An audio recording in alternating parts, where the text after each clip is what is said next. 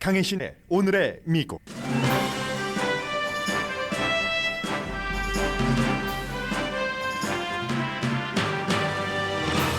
북한이 하루로는 역사상 가장 많은 20발 이상의 미사일을 발사하고 울릉도에 공습경보가 발령한 게 오늘 세계의 탑 뉴스입니다.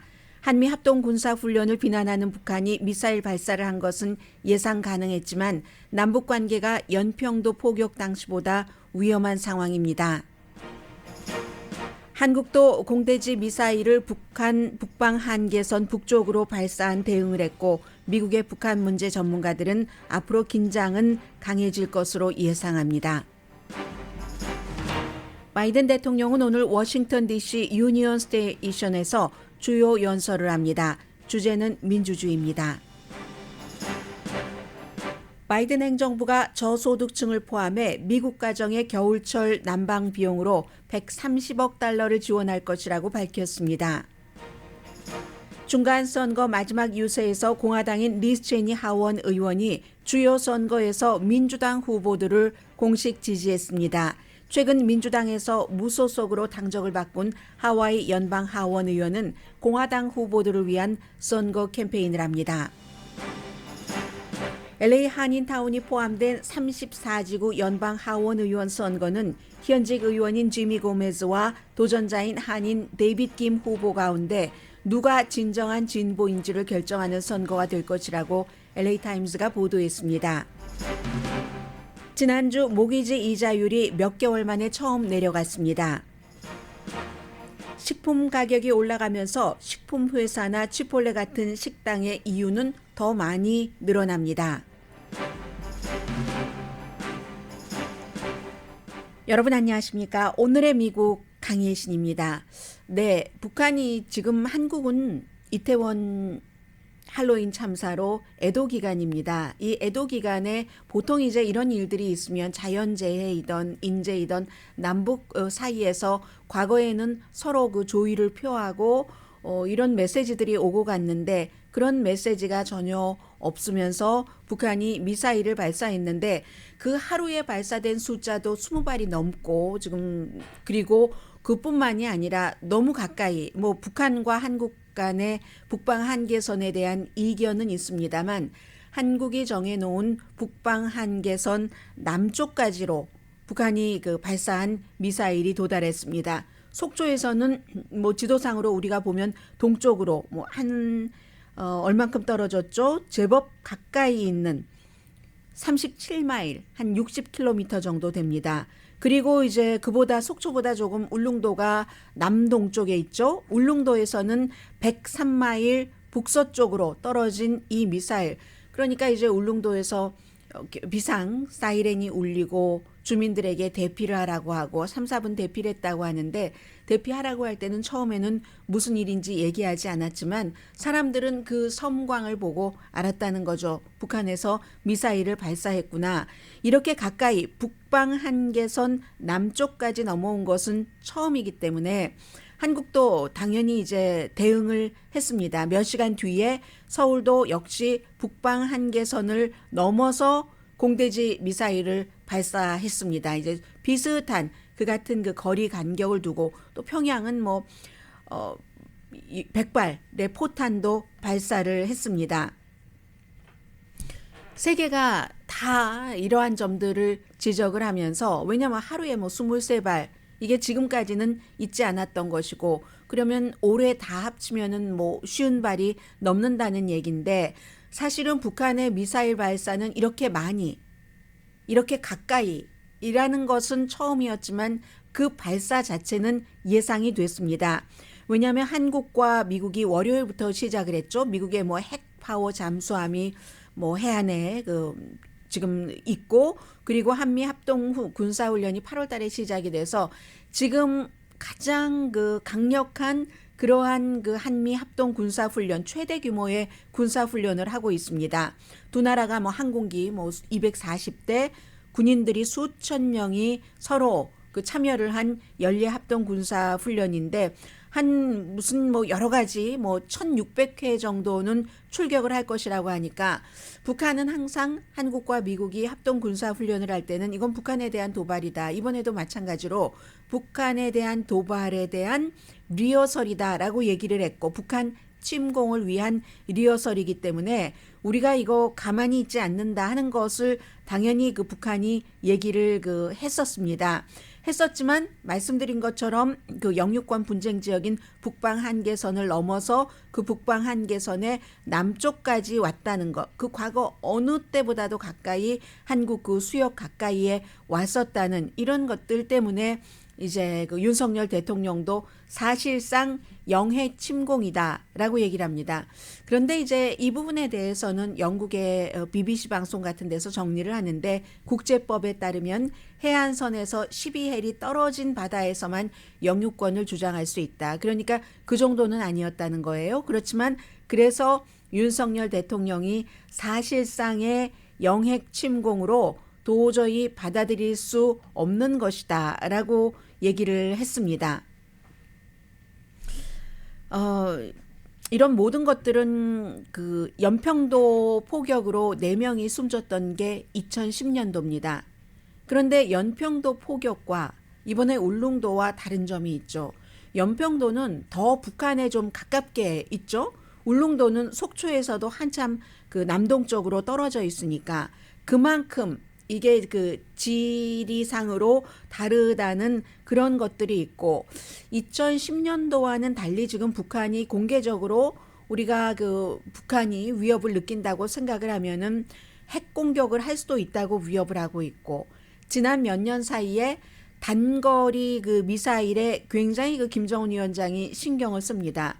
이 단거리 미사일이라는 것 자체가 한국이 더 신경을 써야지 되는 미국은 뭐 대륙간 탄도미사일이기 때문에 그래서 이제 그런 점들이 다르다 하는 것 샤킹한 게 울릉도 가까이까지 이렇게 왔었다 하는 거 뭐 지금 한국이나 일본이나 다 같이 그 아주 강한 그런 그 말의 대응 한국은 실제로 실전 그 대응까지 했고 K-15K F-15K 전투기 그리고 KF-16 전투기로 공대지 미사일을 3번이나 발사해서 북한 수역에서 가까운 멀지 않은 그러니까 북방 한계선을 두고 그 북방 한계선을 넘어서 남쪽으로 북한이 미사일을 발사한 게 한 발이 떨어졌잖아요. 속초 동쪽으로.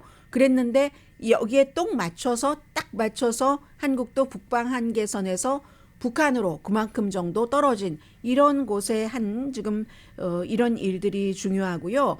그리고 이제 단거리 미사일이라는 것은 꼭 그 사정거리가 한국의 서울에 맞춰진 이런 것도 있지만 요격하기가 무척 힘든 거죠. 그렇기 때문에 긴장은 더욱 강화된다 하는 것.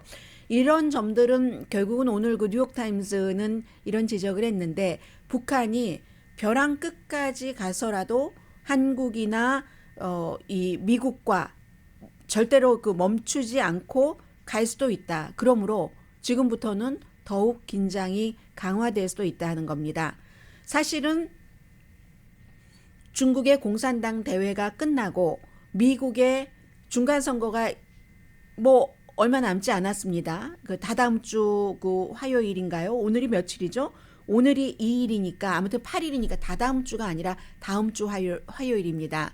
원래대로라면 지금 그 북한의 그 공산당 대회가 끝나고 이태원 할로윈 참사가 있지 않았으면 계속 북한이 핵미사일 발사를 언제 할 것인가 이걸 지켜보고 있었을 시점입니다. 그 시점에 하루에 뭐 23발이나 이렇게 미사일을 발사한 이런 것이 굉장히 앞으로도 긴장이 강화될 것이다 하는 것을 보여주는 것이라고 뉴욕타임스는 이제 그렇게 그 설정을 했고요.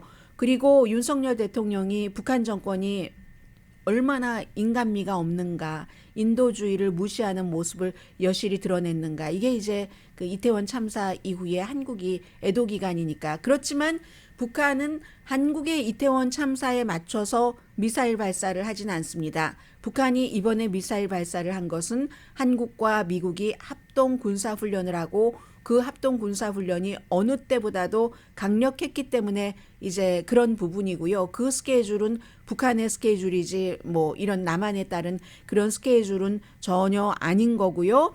아무튼 이렇게 해서 지금 또 한 가지 잊고 있었던 잠시라도 잊고 있었던 이런 문제, 남북한의 긴장이 이 정도까지 왔구나 하는 거를 이 상태에서 또다시 확인할 수 있는 일이었습니다.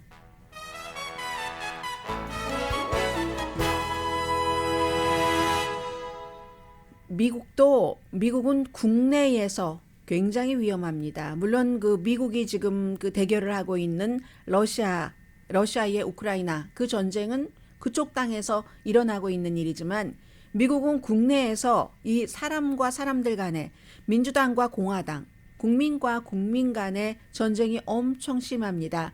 그래서 오늘 이제 민주당 전국위원회가 어떤 모임을 갖는데 그 모임에서 주최를 한 거죠. 대통령의 연설을 의사당에서 가까운 워싱턴 DC에 있는 유니온 스테이션의 한 그 홀에서 컬럼버스 홀이네요. 클럽이네요. 이 클럽에서 대통령이 민주주의에 대해서 연설을 합니다. 중간 선거를 이제 뭐 얼마 남겨두지 않고 중간 선거에서 무엇이 문제인가? 민주주의 국가에 살려면 각자 할 일이 있다. 그 할 일 가운데 하나가 투표다라고 얘기를 할 겁니다. 그리고 민주주의에서는 모든 내가 투표한 것이 다 작동이 된다. 그런데 이제 의사당 폭동 사건 이후에 민주주의 과정을 아주 험하게 약화시키려는 이 같은 그 폭력들이 나오고 특히 정치 폭력. 이 정치 폭력은 낸시 펠로시 하원 의장에 대한 정치 폭력이 가장 가까운 예가 되겠죠. 낸시 펠로시를 향해서 정치 폭력을 쓰려다가 낸시 펠로시가 집에 없었기 때문에 그 남편이 머리에 해머를 맞아서 지금 병원에 입원해 있는 것 아니겠습니까?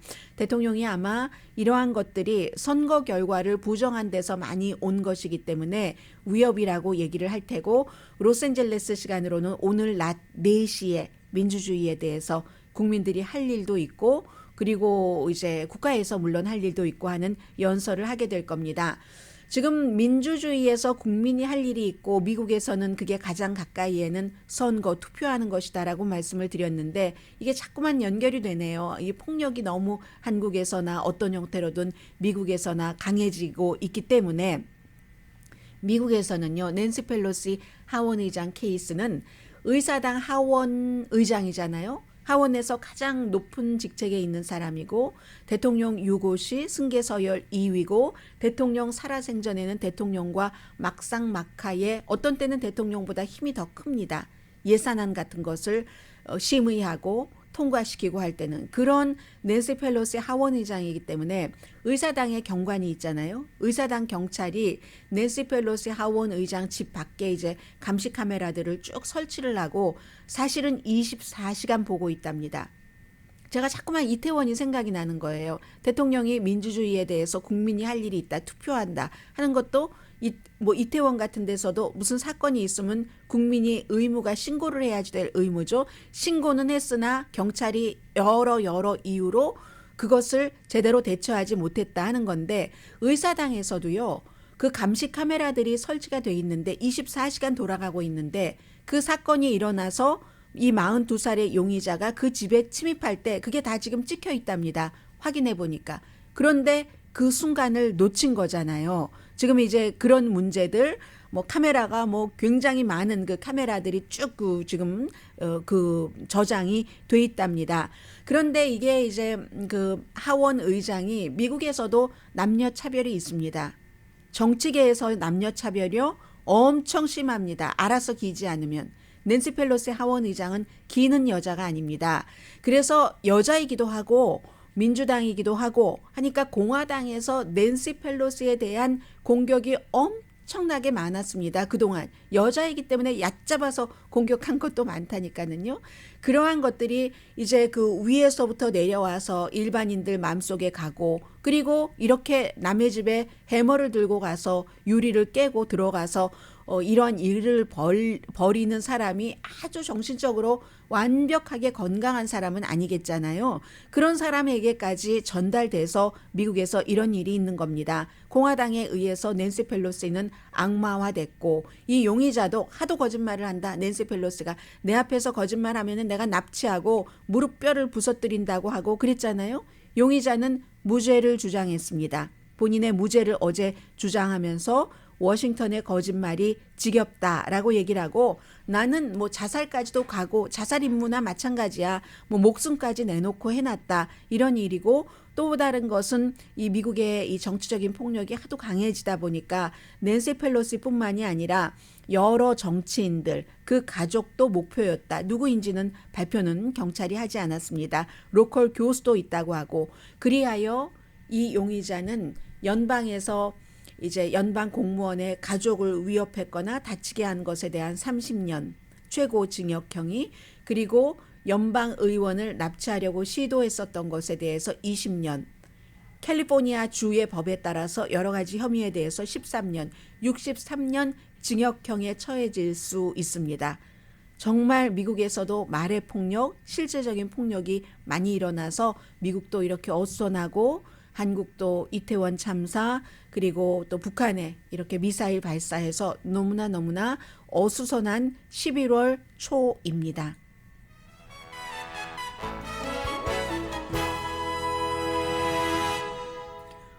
잠시 뒤에는 오늘의 미국에서도 늘 제가 이 내용을 전해드려야 된다 하면서 기회를 잡질 못했어요. 오늘 로스앤젤레스 타임스가 보도한 데이빗 킴 34지구 그 한인 연방 하원 의원 후보 지난번 경선에서 지미 고메즈 현 의원과 겨뤄서 이 프라이머리에서 캘리포니아주는 당과 상관없이 두 사람이 올라가는 거니까 이번에 결선을 치르게 됐고요. 이 지역이 로버트 안 후보가 전에 지미 고메즈에게 졌었던 바로 그 지역입니다. 여기에 대해서 무엇을 얘기하고 있는가도 전해드리고 그리고 뭐 선거에 관해서 몇 가지 헤드라인 정도만 잠시 뒤에 전해드리겠습니다. 라디오 서울 방송 오늘의 미국 듣고 계십니다. 오늘 로스앤젤레스 타임스가 제법 긴 길이로 그 보도를 했는데요. 누가 진정한 진보인가를 정의하는 34지구 하면은 코리아타운이 포함되어 있고 유권자들이 많지는 않습니다. 뭐 코리아타운에 살고 계신 분보다 뭐 장사하시다거나 아니면 뭐 저처럼 나와서 일하시는 분들이 많으시기 때문에 그런데 그리고 이제 그 히스패닉계가 많이 살고 있는 그런 지역이죠. 뭐 보일 하이츠라든가 아니면 그 하일랜드 파크라든가 뭐 이런 지역이요. 그래서 LA 타임스 기사를 조금 정리를 해드리자면 최근에 이제 LA 시의회에서 인종차별적인 대화도 있고 했는데 이런 상황에서 치러지는 34지구 데이빗 김 도전자와 지미 고메즈 데이빗 김 후보는 변호사입니다. 헐리우드에 친구가 많은 것 같고요. 변호사 친구가 이민법도 하고 뭐 자녀 양육권에 관한 이런 그 변호사로 활동을 하고 있었고 10년 이상으로 알고 있습니다. 그리고 이제 지미 고메즈는 당연히 그 현직 의원이고 로버트 안 후보 당시에 여러분들께 많이 보도를 해드렸었죠. 로버트 안 그 한인 후보를 이겼었던 지미 고메즈입니다. 지미 고메즈는 옆에 캐런 베스 LA 시장 후보 그리고 지금 이제 그 연방 하원 의원이기도 한 그런 사진을 같이 실었고요. 안토니오 비아라이고사도 지지를 하고 이에 비해서 데이빗 김 그 후보는 지금 길 세디오라는 이번에 LA 그 시의회에서 이제 아프리칸 아메리칸이라든가 다른 인종에 대해서 차별적인 발언을 할 때 옆에 있었던 길 세디오 그 지역구에서 유니스 헤르난데스라고 액티비스트입니다. 운동가 지난번 선거에서 이겼기 때문에 12월부터는 길 세디오 의원의 자리를 테이크오버하는 유니스 헤르난데스가 이 데이빗 김 후보를 지지합니다. 그래서 지미 고메스 후보의 경우는 뭐 안토니오 비아라이고사, 캐런 베스 현 그 연방 하원 의원뿐만이 아니라 얘기할 때도 알렉산드리아 오카시오 콜테스라든가 이런 그 연방 하원 의원 초선 의원이나 두 번째 당선된 그런 의원들의 그 진보적인 것들 그리고 그런 의원들 이름을 많이 얘기하는 데 비해서 지미 고메즈는 이제 이렇게 그 모든 것들 우리 윤리니 뭐니를 도덕적인 것도 다 더 확실하게 개혁을 해야지 된다 이런 얘기를 하고 있다고 하고요. 이글락도 포함이 되는 34지구입니다. 그리고 또 하비에르 바세라 아주 유명한 그 히스패닉 가운데서는 정치인 캘리포니아 태생으로 이제는 연방까지 갔습니다. 라티노 정치인이 살았던 그런 지역이기도 한데 지금 전반적으로는 아시아계의 영향력이 커지고 있다는 거죠. 그래서 주택의 80%는 값이 그 라티노들도 많이 살고 있는데 뭐 50만 달러 이상이고 뭐 20% 정도는 100만 달러 이상이고 주민의 80%는 렌트 들어서 살고 있고 20%는 빈곤율이고 데이빗 킴 후보는 목사의 아들로서 시애틀과 베이 지역에서 자라서 뭐 뉴욕에서 이제 법대를 나오고 나서 아주 뭐 안정적인 그런 그 변호사로서의 수입 같은 것이 보장되지 않아서 우버, 리프트 뭐 새벽 4시까지 운전도 해본 사람이다라고 얘기를 하고 있고 지미 고메즈 후보도 뭐 7살 때 집이 거의 파산돼서 본인도 폐렴에 걸렸었고 건강보험도 없었었고 그런 어려운 것들을 겪었다고 얘기를 합니다. 그런데도 전략은 다르다고 표현을 합니다. 지미 고메즈 후보는 무슨 뭐 세금 공제를 사무실을 집으로 바꿔서 왜냐하면 렌트 들어서 사는 사람이 그 지역의 80%니까 그래서 렌트비를 뭐 그 사람의 수입의 30% 이상 안 되게 이게 가능할지 모르겠어요. 그렇게 한다던가 하면서 알렉산드리아 뭐 오카시오 콜테스 이름 같은 것을 많이 얘기를 하고 데이빗 킴 후보는 그게 효율적이지 않다. 그리고 어떤 형태로든 연방 기금을 가져와서 하겠다는 거예요. 지미 고메스 그 현 의원 같은 경우는 그게 제대로 작동하지 않는다. 지금 로스앤젤레스는 연방정부 기금으로 무슨 뭐 하우징 바우처 같은 거 주는 것은 15%밖에 제대로 가동되지 않는다 하면서 인종차별 정책도 없애고 무슨 뭔가 인컴 자체를 조금 보장을 해주고 그리고 어떤 그 주택 개런티에 대해서도 뭐 앞으로 뭐 10년 동안 뭐 1200만 명에게 뭔가를 만들어서 뭐 혜택을 주고 뭐 이런 얘기들을 하는데 기본적으로 이제 지미 고메스가 현 의원이니까 조금 더 기존에 가깝고 그리고 데이빗 김이 조금 더 기존에 가깝지 않다 하는 것이 조금 이 기사를 보면은 드러내고요. 그런 표현도 했네요. 지미 고메스는 Good Old Boy 네트워크에 들어가 있다. 현재의 정치인이니까요. 그리고 마지막 부분에 이런 얘기를 합니다. 이 부분은 한인들이 두 사람 다 민주당이고요. 이제 한인들이 생각을 해봐야지 될 문제인데 이 데이빗 킴 후보 같은 경우는 오픈리 게이입니다.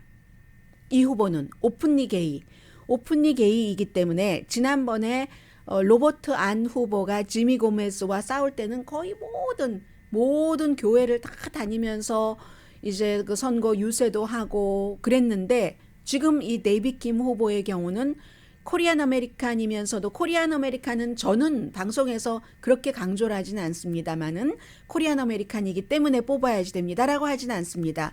똑같은 능력이 있고 똑같은 곳을 바라보고 가는 후보 가운데서 코리안 아메리칸과 아니면 이미 정계에 많이 진출한 인종의 후보가 있다면 뭐 인성도 다 어느 정도 검증이 되고 그렇다면 우리가 그 포션이 너무 작으니까 코리안 아메리칸을 얘기를 하지만 이슈도 다르고 뭐도 다르고 할 때는 꼭 코리안이라고 찍으셔야지 됩니다라는 얘기는 오래전부터 안 하고 있습니다. 그런데 이 케이스는 한번 하겠습니다. 데이빗 킴 후보는 게이라는 이유만으로 코리안 아메리칸에서 코리안 아메리칸 하면은 거의 많이 포용하는 게 있는데 이 사람은 게이이기 때문에 포용을 하지 않는다. 특히 교회에서도 포용을 하지 않는다. 이제 이런 얘기를 하고 있습니다. 앞에 시작은 뭐 누가 더 진보냐 해서 맨 마지막은 이렇게 끝났는데 사실은 이 데이빗 킴 그 후보와 이 지미 고메스 현 의원의 대결은 굉장히 사실 전국적으로 많이 보도가 되기도 했었습니다. 실제로 무슨 마치 이 뭐 데이빗 킴 후보와 트럼프 전 대통령의 사진을 같이 놓는다던가 굉장히 악성적인 선전을 많이 했어요. 지미 고메즈 후보가. 그래서 많이 전국적으로는 주목을 받았었는데 저도 이제서야 지금 전해드리게 됐고요. 하도 뉴스가 너무 많이 넘치니까 이 34지구도 그 코리아타운이 조금 포함되어 있긴 합니다만은, 그리고 유권자는 뭐 한 6% 정도밖에 안 된다고 하고, 그러니까는 전국적인 이슈를 커버하다 보니 많이 그 늦어졌지만 지금이라도 오늘 조금이라도 전해드렸습니다. 불편한 마음이 조금은 덜어졌고요.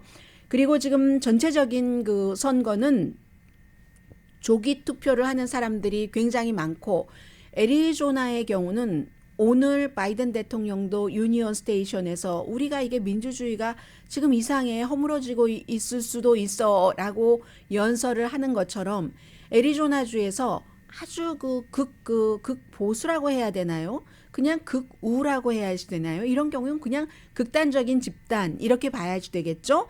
무슨 예를 들어서 클린 일렉션 USA라든가 얼마 전에 말씀드렸습니다. 투표함에 여러분들께서 지금 뭐 투표 다 작성하신 분들은 투표함에 넣으시거나 우편함에 넣으시거나 하실 텐데, 투표함 주변에 이런 그 클린 일렉션 USA라든가 이런 그룹들이 총을 차고요. 다 본인들은 거의 복면 수준으로 하고 사람들을 감시하는 겁니다. 거기에 왜 하나만 넣어야지? 왜 두 개를 넣지?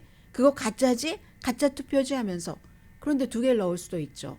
누군가 내가 돌보고 있는 사람이 움직이기가 힘들기 때문에 대신 그 사람의 투표용지를 넣어준다거나, 가족의 투표용지를 어머니와 아들이 같이 넣는다던가 할 수 있는데도 그런 걸 총 들고 막 의심하고 사진 찍고 비디오 찍고 하면 사람들이 얼마나 겁나겠습니까? 결국은 지방 판사가 250피트 바깥으로 가라. 그리고 그 투표함에 가서 뭔가를 넣고 하는 사람들과도 그 투표함에서부터 75피트 안에서는 대화하지 못하도록, 이 위협이 되니까요. 유권자에게. 그런 판결이 나왔고, 그리고 이 판결을 한 사람은 트럼프 전 대통령이 지명을 한 그런 그 지방 판사입니다. 아무튼 조기 투표하시는 분들 굉장히 많고요.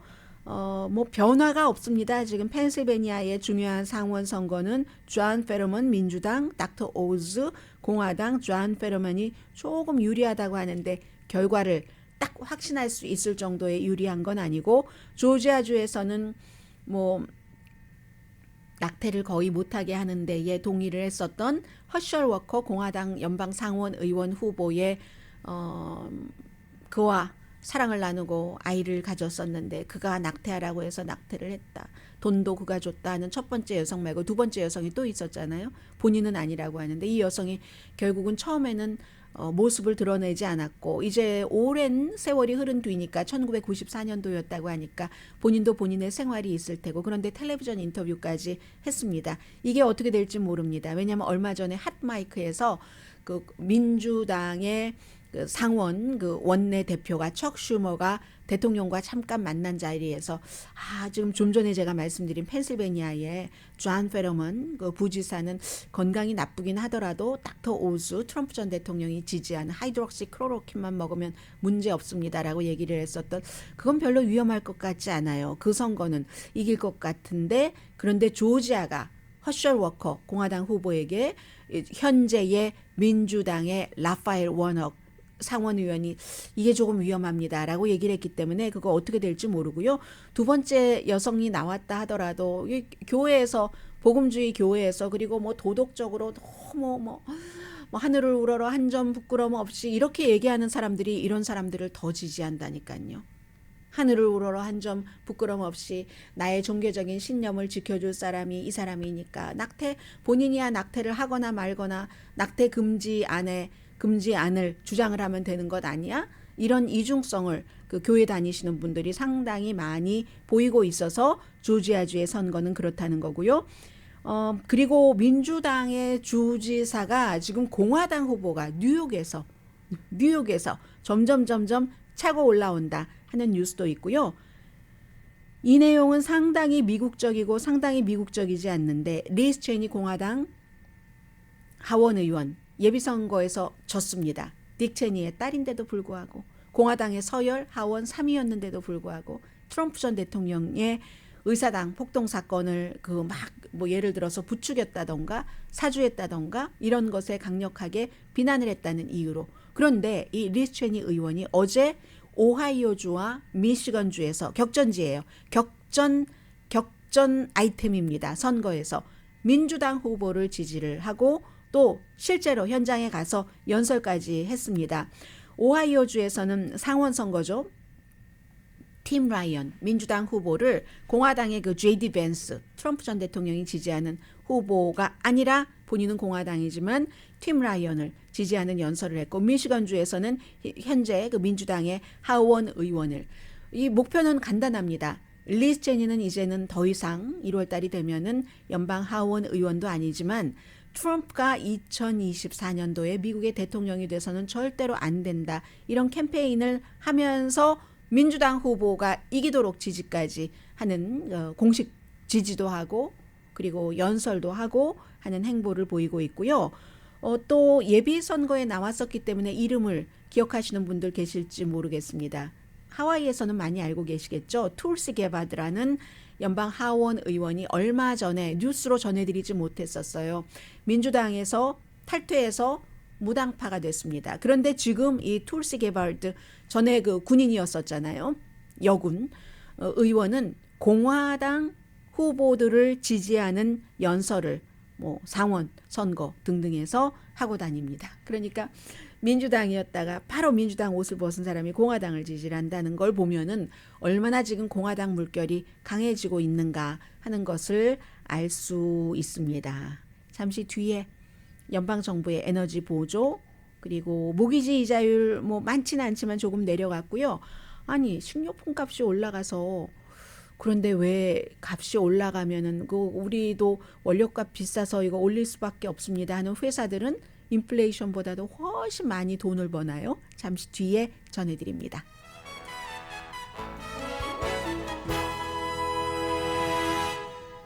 라디오 서울 방송 오늘의 미국 듣고 계십니다. 겨울철이 되니까 그것도 이제 러시아가 우크라이나를 침공하고 첫 번째 맞는 그 겨울이기 때문에 에너지 비용 많이 걱정들을 하고 있죠. 뭐 에너지의 종류에 따라서 다릅니다만 특히 이제 동부 같은 경우가 걱정을 하는 곳이 많은데 바이든 행정부가 130억 달러를 에너지 비용으로 지원을 하는데 그 가운데서 45억 달러는 저소득층 가정의 그 에너지 지원이랍니다. 이 저소득층 가정의 에너지 지원은 보건복지부에서 이제 자금을 지원을 하는가 봅니다. 왜냐하면 추우면은 감기도 걸릴 수 있고 사람 건강과 연관이 되는 것이니까요.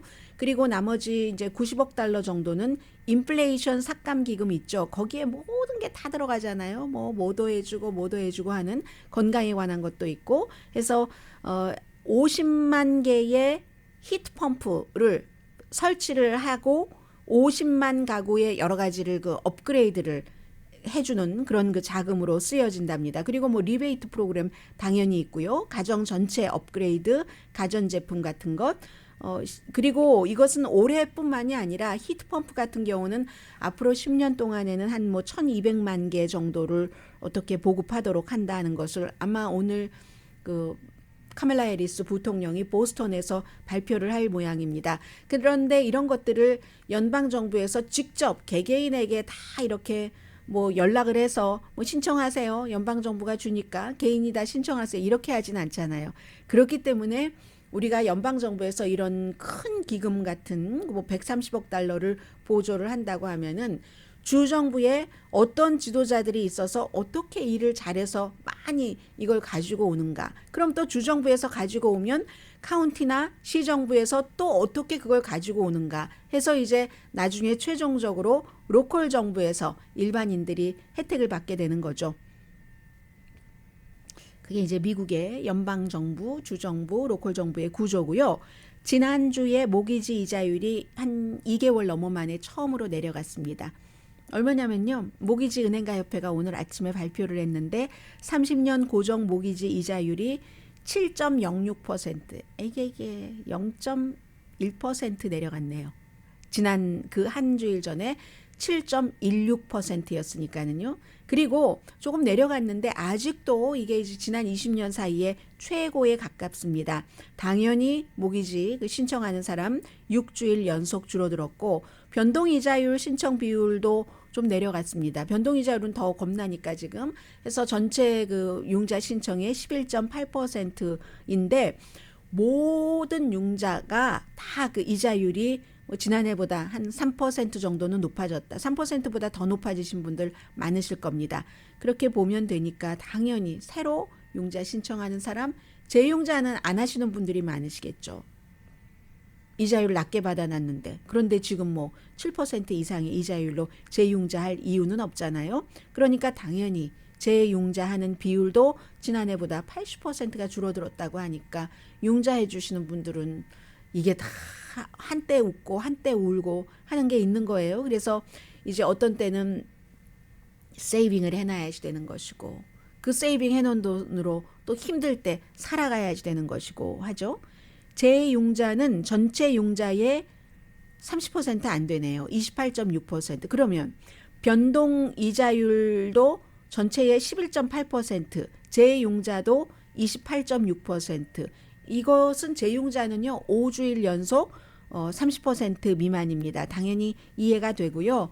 9월 달에 완전히 그 계약된 그 컨트랙이 끝난 주택 숫자도 4개월 연속 줄어들어서 8월 달보다 10.2% 적습니다. 높은 금리가 계속되니까 당분간은 뭐 이자율이 모기지 이자율이 30년 고정이 7%가 노멀이다 이렇게 생각하시면 괜찮을 것 같고요.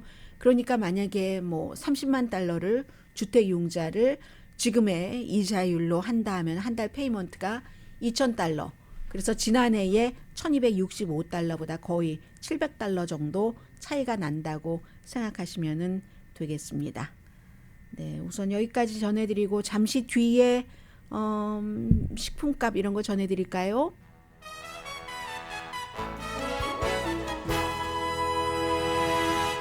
라디오 서울 방송 오늘의 미국 듣고 계십니다. 네, 여러분들 요즘은 이제 스포츠 경기 보시는 경우가 많잖아요.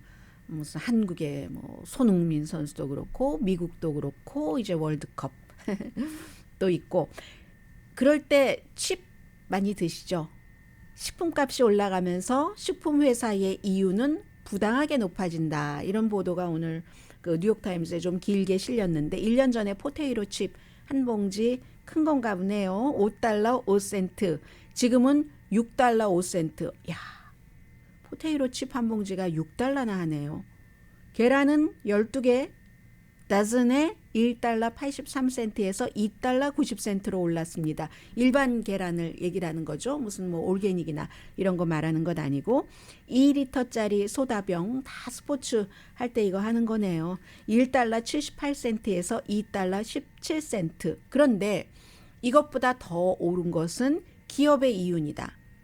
기업은 항상 그렇게 얘기를 하잖아요. 뭐 공급망이 있고 원료값이 올랐으니까 우리가 할 수 없이 올릴 수밖에 없다. 그러면 인플레이션이나 그런 것만큼 올라야지 되는데 그것보다 훨씬 많이 올린다는 겁니다. 예를 들어 펩시코가 10월 중순에 드링크와 칩 많이 만들잖아요. 펩시코가 가격을 17% 올려서 지난해 마지막 분기보다 그래서 3분기 수익이 20% 이상 많아졌습니다. 코카콜라는 펩시보다 조금 덜하네요. 1년 전보다 이윤이 14%가 증가했는데 이런 이윤 증가의 대부분이 가격 인상 때문에 그랬답니다. 그럼 가격 인상해서 우리가 지금 뭐 비싸진 원료값 내고 뭐하고 이게 아니라 그것 때문에 이윤이 더 많이 증가했다는 겁니다. 식당 가운데서는 치폴레, 멕시칸 그릴, 이 치폴레가 지난해 말보다 올해 말까지 가면 값이 15% 오른다고 하거든요. 그래서 이유는 최근 분기에 2억 5,700만 달러, 1년 전보다 26%가 올랐습니다. 이건 펩시코, 코카콜라보다 더하네요. 치폴레가. 보통 식품회사나 식당은 가격이 막 올라도 다른 그 원료가 올라도 많이 못 올리잖아요. 사람들의 기본적인 것이고 그러면 우리 것보다 싼 곳으로 가면 어떡하는가? 이런 걱정도 있고 하기 때문에. 그러나 지금은 아직까지는 사람들 주머니에 돈이 있어서 사람들이 5달러 하던 포테이로 칩 6달러 해도 사 먹으니까 계란 뭐 1달러 뭐 83센트에서 2달러 90센트 돼도 이거는 이제 먹어야지 되니까 먹고, 그렇기 때문에 그런다고 하지만 아무튼 기본적으로는 돈이 있으니까 사람들이 아직은 쓰네 하는 것을 계산을 잘하고 그렇다는 겁니다. 이렇게 될 경우는요, 연방준비제도가 이자율을 올려서 뭔가 물건을 조금 사람들이 경제활동을 덜하게 하려는 것이 효과가 없답니다. 그게 이제 문제고요. 꼭 지금 식품회사를 예로 들었지만 뭐 은행이라든가 항공사라든가 아니면 호텔, 뭐 여러 그 CEO들 얘기하는 거 보면은 아직은 손님이 낼 돈이 있다는 겁니다. 그래서 이제 이런 것들, 그런데 일반 사람들이 낼 돈이 있다. 왜냐하면 임금 상승이 최근에 들어와서 조금 주춤해졌기는 한다고 하나 올해 임금 상승 굉장히 많이 됐으니까. 그런데 임금 상승과 상관없는 분들이 계시잖아요. 은퇴하신 분들, 그런 분들 그렇고 저소득자라든가. 그래서 뭐 뉴욕타임즈와 인터뷰를 하신 80세의 예술가가 싼 곳을 가기 시작한답니다. 스테이크요? 그거 언제 먹어봤는지 모르겠어요. 먹을 수가 없어요. 비싸서 이렇게 얘기를 하시고, 지난해보다 뭐 시리얼이라든가 빵 같은 경우는 1년 전보다 16.2% 올랐고 우유는 15.9% 올랐는데 식당은 이만큼 올리지는 못했죠. 그렇죠? 음식값을 그렇긴 했는데 아무튼 모든 회사가 다 이렇게 막 많이 올리는 것은 아니지만 일부 회사들은 인플레이션 이것을 구실로 삼아서 엄청 이득을 보고 있다. 그게 이제 최근에 그 바이든 대통령이 횡재세라는 것을 물려야지 되겠어. 만약에 뭐 오일 회사에서 엄청나게 버는 돈으로 생산 같은 것 하는데 투자하지 않고 계속 뭐 주주들에게 배당하고 본인들이 주식을 되사기를 한다면 그런 것과 마찬가지인 겁니다. 그래서 글쎄요, 나중에 원료값 같은 것이 뭐 공급망 같은 것들도 좋아지고 해서 하락한다면 포테이토 칩값 내릴까요? 내리지 않을까요? 여러분과 제가 내기할까요? 포테이토 칩 한 봉지. 저는 안 내린다에 안 내린다에 겁니다. 자, 이런 문제가 있다는 건 말씀드리고요. 그리고 이스라엘에서는 아마 벤자민 네탄야후 당이 이길 것 같아요. 세 번째 다시 총리 되지 않을지, 여러 가지 그 법적인 문제는 어떻게 해결할지 모르겠어요. 그리고 브라질의 볼소나로가 44시간 선거 끝나고 나서 패배 시인은 하지 않았습니다. 그러나 인수인계를 한다는 그것으로 패배 시인을 했다고 봐야지 되나요? 그런데 딱 2분 동안 뭐 성명 비슷하게 연설을 하고 기자들 질문은 안 받았는데 자신에게 표를 준 5,800만 명에게 감사한다라고 얘기를 했습니다. 그러나 자신에게 표를 주지 않은 그럼 6천만 명, 200만 명 이상 그 룰라가 많이 받았으니까 이렇게 되면은 이게 그 상처가 치유가 되지 않는 거죠. 무슨 나에게 표를 주지 않은 사람을 적대시하면서 아무튼 룰라도 결국은 손을 반쯤은 든 것이나 마찬가지가 되겠죠. 글쎄요. 어차피 인수인계를 할 것이면 화끈하게 패배 시인도 하고 이러면 더 좋지 않을까라고 생각은 하지만 다 각자의 생각이 다르니까요. 그리고 이 러시아는요. 계속 얼마 전에도 아니 내가 언제 전술핵을 쓴다고 했잖아요. 그런데 실제로 미국이 아마 뭐 비디오까지도 확보를 한 것 같습니다. 러시아의 장군들이 전술핵 무기를 쓰는 것을 의논을 하는 그 장면이 나오고 있습니다. 믿을 사람과 믿지 못할 사람이 이 세상에는 존재한다는 것 분명히 확인이 됩니다. 강혜신이었습니다.